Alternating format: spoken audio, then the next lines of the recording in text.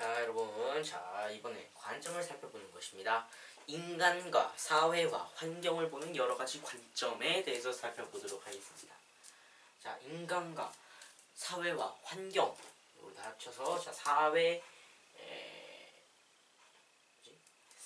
현상이라고 합니다. 사회 현상을 볼 때 어떤 거죠? 이 사회 현상을 볼 때 어떤 관점으로 볼 것인가에 대한 것에 초점을 맞춰서 공부를 해보도록 하겠습니다. 자, 여기를 봤을 때 이제 뭐예요? 현대 사회는 점점 더 복잡해지고 있다. 복잡해지고 있으니까 지금 여기서 말하는 게 그거예요. 한 가지 관점만 봐서는 안 된다. 이 한 가지 현상을 해석할 때 지금 복잡해지고 있으니까 여러 가지 관점을 통합해서 보자. 목적은 통합이에요, 통합. 그렇기 때문에 한 개가 아니라 네 개의 관점을 소개를 하고 있습니다.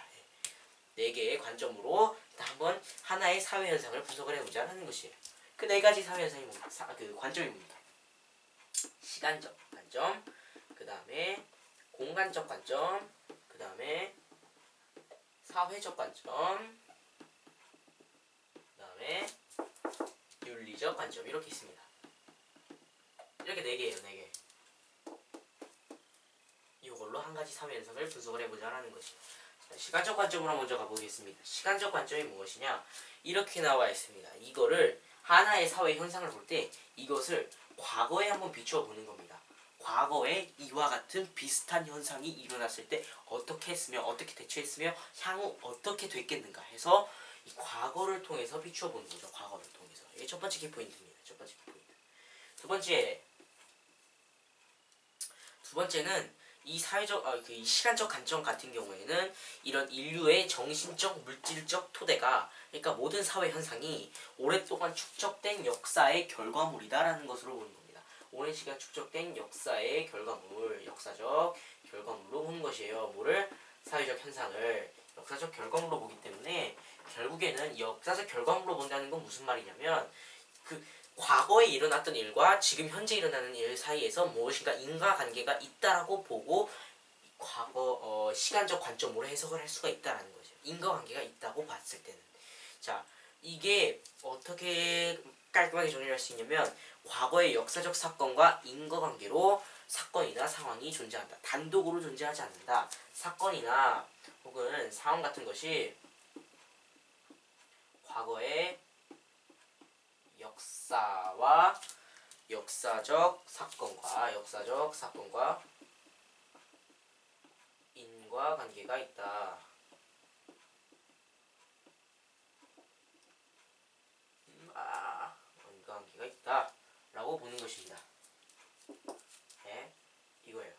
자, 그럼 시간적 관점으로 보면 뭐가 좋은가? 그 특징을 한번 보자면 특징이 이렇게 말할 수가 있습니다. 특징 어떻게 말할 수 있냐? 이거를 지금 현재 일어나는 사회 현상을 과거를 통해서 분석을 해봤으니까 그 결과를 추론해 볼 수가 있다. 추론. 왜냐면 과거에 사실은 이미 일어난 일이잖아요. 그러니까 과거에 A라는 현상이 일어났어요. 이 시간이 지나가 보니까 과거에 이런 A라는 현상이 일어났는데 결과가 B라는 결과가 나왔다는 거야. 근데 현재 와서 보니까 A와 굉장히 유사한 A 다시라는 현상이 나왔어요.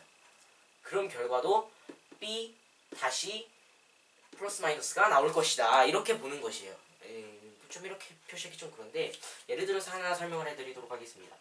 예를 들어서 여기 나와 있는 것이 축구전쟁 엘 클라시코를 시간적 관점으로 즐긴다라고 나와 있는데 이거 말고 지금 현재 우리나라에서 일어나는 사회 현상, 뭐 예를 들어서 입시 열풍이라든지 이런 것들을 시간적 관점에서 해석을 해보자 라고 한다면 과거에 우리나라 그 사회 상황이 일단 무조건 대학을 가야 되고 뭐 그런 상황이었기 때문에 그런 역사적 그런 사건들이 계속 축적해서 나온 역사적 결과물이 지금 현재의 입시 열풍이 되었다라고 보는 것입니다. 그래서 그 결과 어떻게 되는지를 보는 거죠. 사실 뭐 그건 좀 예를 들기 그런데 어쨌든 결과를 추론해 볼 수 있다는 거예요. 왜냐하면 과거에 B라는 결과가 나왔기 때문에 유사한 B-라는 결과가 나올 것이다 라고 예측을 할 수 있습니다. 추론을 해볼 수 있고요. 그 다음에 사회 변화의 변화 방향을 또 예측을 해볼 수가 있는 것이다 라는 것입니다. 있습니까? 이런 식으로 해석을 해볼 수 있다라는 것이 되겠습니다. 이게 시간적 관점이 되겠습니다. 아시겠죠? 예, 과거에 일어난 일을 바탕으로 현재의 현상을 분석을 한다는 것입니다. 그렇게 해서 이 시간적 관점에서 이거를 뭐라 그러냐면 과거를 통해서 비춰본다. 이거는 좀 알고 가셔야 돼요. 왜냐면 여기서 기준이 딱 나오는데 그 기준들을 꼭 알고 가셔야 되겠다라는 것입니다. 어떤 거? 시대 배경과 맥락. 요거를 통해서 해석을 하는 것이 시간적 관점이 되겠습니다. 네, 아시겠습니까? 이게 시간적 관점이 되겠고요. 공간적 관점에 대해서 한번 설명을 해보도록 하겠습니다. 공간적 관점. 공간적 관점은 여기다가 쓰도록 하겠습니다. 위에다가. 자, 공간적 관점 같은 경우에는요, 말 그대로 공간입니다. 어떻게? 인간 생활과 사회 현상을 공간이라고 하는 것은 위치가 들어갈 수 있겠고요. 그 다음에 위치와 그 다음에 장소 들어갈 수 있겠고요.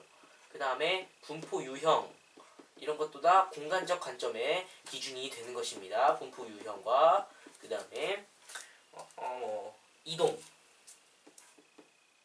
그리고 네트워크.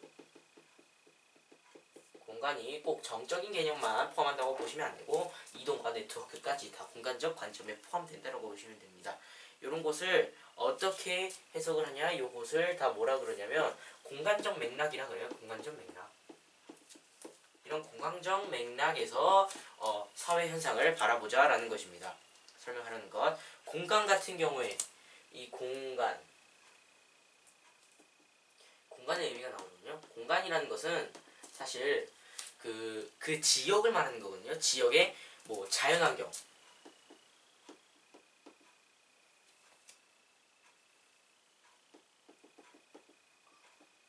혹은 뭐 인문환경 이런 것들을 다 포함하고 있는 것이 공간이라는 개념이에요. 네, 공간이라는 개념이기 때문에 이 자연환경과 인문환경 요거 두 개를 둘 다 고려를 해봐야 된다라는 것입니다. 이 요소 이렇게 두 개로 구성되어 있다는 거 알고 계시면 되겠고요. 공간별로 생활 모습과 사회 현상이 왜 다르게 나타나는지에 대해서 관심을 가지는 겁니다. 즉, 공간적 관점에서는 공간별로 생활 모습과 공간에 따라서 사회 현상이 바뀐다라고 보는 거죠. 이 시간적 관점 같은 경우에는 과거의 인과관계로 인해서 현재 이런 사회 현상이 일어나는 것이다 라고 보는 거죠. 공간적은 공간 때문에, 즉 자연환경과 인문환경 때문에 이 사회 현상이 좌우된다라고 보는 관점이 되겠습니다.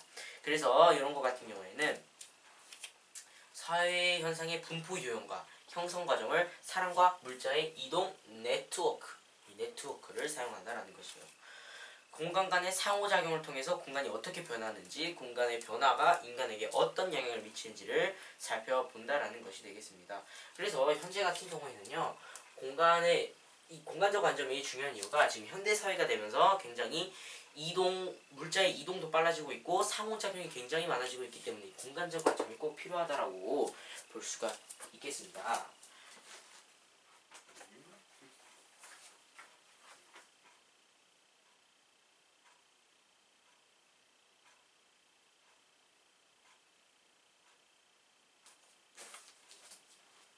그래서 예를 들어서 그것만 알면 돼요. 예를 들어서 아까 말했던 여기 아래 보면 공간적 관점에서 보면 네덜란드와 스위스라고 되어 있는데, 네덜란드 같은 경우에는 그 바다를 간척해서 만들었기 때문에 뻘이 있는 그런 공간적 특성을 갖고 있는 거예요. 자연환경이 그런 거죠. 자연환경이 그래요. 그러면 거기는 뻘이 많기 때문에 신발에 나무로 만든 신발을 신는 문화가 발달되었다. 즉 나무 신발을 신는 사회적 현상을 공간적 관점에서 해석을 하면 뻘이 많은 자연환경 때문이다 라고 공간적 관점에서 해석을 할 수 있고요. 또 스위스에서 음식 문화, 그 치즈 퐁듀라 그러죠. 퐁듀 먹는 그 문화를 공간적 관점에서 해석하자면 그 기후, 즉 자연환경이 추운 기후이기 때문에 고열량의 음식을 비교를 하면서 그런 치즈 퐁듀를 먹는 그런 사회적 현상이 발생했다라고 볼 수 있는 것입니다. 아시겠습니까? 그래서 공간의 변화와 그 다음에 공간 간의 상호작용, 이거를 설명하고자 하는 것이 되겠습니다. 이 굉장히 많이 어렵습니다. 그러니까 그런데 그냥 넘어갈 수 있어요. 이 정도는 뭐 어느 정도 생각할 수 있고요. 그 다음에 사회적 관점으로 넘어가 보도록 하겠습니다. 사회적 관점은 감이 안 올 수 있어요. 시간적, 공간적 같은 경우에는요. 시간적, 과거에서 현재까지 가는 그 시간, 시간적으로 보는 거. 공간적은 우리가 살고 있는 공간, 다 보이는 거잖아요. 근데 사회적이라고 하면 이게 뭔가 두루뭉술하단 말이에요. 사회적 관점의 의미와 특징을 먼저 말해드리자면 일단 인간을 사회적 존재라고 보는 그 관점에서부터 시작을 하는 거예요. 그래서 한 개인의 사고방식과 행위를 이해하려면 그가 속한 공동체, 사회를 알아야 된다라는 것이에요. 즉, 자 이걸 어떻게 말해야 될까요? 기준이 있습니다. 기준이 뭐예요? 얘네들은 기준이 뭐였어요? 기준. 요거잖아요. 공간적 맥락. 얘네들은 사회제도와 뭐가 있냐면 사회구조. 오히려 얘도 쉬울 수도 있어요. 문제에서 사회제도, 사회구조라는 말이 나오면 그게 답인데 사회제도라고 직접적으로 제시가 안 되죠. 사회제도 같은 경우에는요. 뭐 제도라는 말이 들어가 있으면 돼요. 교육제도, 법, 제도 이런 게 바로 정책 그런 것이 사회제도가 되겠고요. 이 사회제도하고 사회구조에 대해서 이게 따로 설명이 되어 있습니다. 보시면 사회제도 같은 경우에는요. 사회 구성원 욕구를 충족하고 공동체 문제를 해결하기 위해서 만들어진 공식적 절차입니다.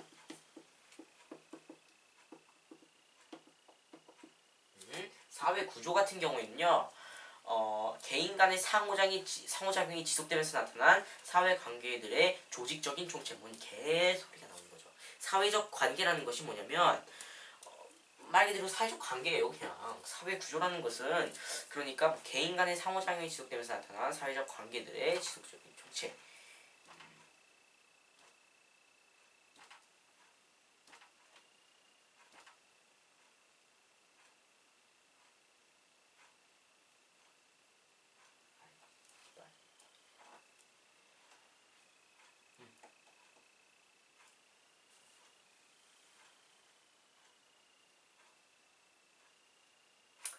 그래서 이 사회제도가 사회구조를 형성하는 데 도움을 준다 하는 것입니다. 그렇죠? 법에 따라서 사람이 바뀔 수 있는 거예요. 법에 따라서 문화가 바뀔 수 있는 거. 그리고 사회제도가 사회구조의 특징을 그 자체로도 갖고 있다. 그렇게 말하면 개소리야 이게.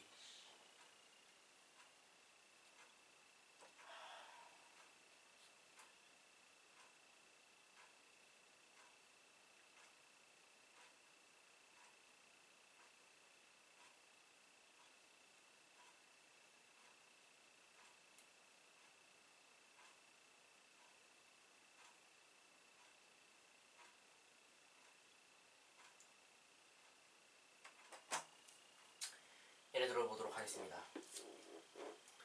사회제도 교과서에 나와 있어요. 예를 들어서 교육제도로 해볼게요. 교육제도 같은 경우에는 사회적 제도거든요. 이 교육제도가 있으면 학교로 가야 되는 거 아니에요. 그게 우리나라 교육제도 아니겠습니까? 학교에 가면 뭐가 있어요? 그렇죠. 학생과 선생님이 있잖아요. 그럼 요거 둘 사이에서 상호작용이 일어난다 그 말이에요. 이 상호작용이 일어나면서 요것이 사회구조화 된다는 것이에요. 즉 선생님과 학생의 상호관계 이런 것들이 사회적 구조화 된다.